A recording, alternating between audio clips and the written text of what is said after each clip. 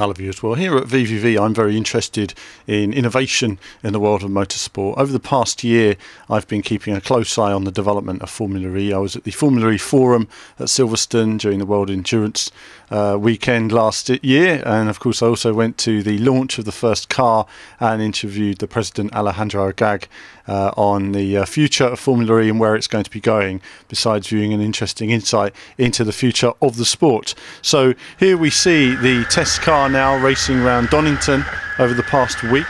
It's running the single set of tyres. They'll have one set of tyres for wet and dry. They won't be using slicks, and it will be on street circuits. So the tyres have been produced for strength and durability, all types of surfaces, all types of weather conditions.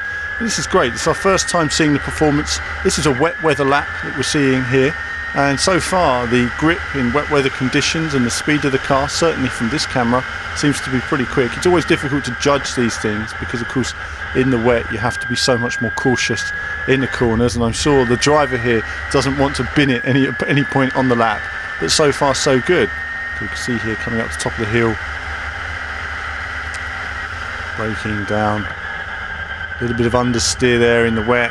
Getting on that curb, don't want to do that too much in the wet, but either way kept it together.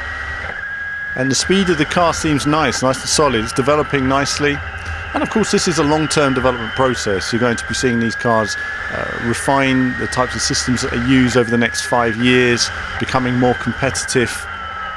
Different types of electric systems will be in there. There'll be a lot more innovation in this sport as performance improves, and in years from now people will be blown away by the performance of electric cars. It will take time, it will need patience, but certainly Formula E is here to stay, and it's got the right backing. And that was a very impressive lap for early on for this testing session, and I'll be keeping a close eye on it in the future. But I wanted to share that with you all on the channel here today, and as ever, there'll be more from me very soon.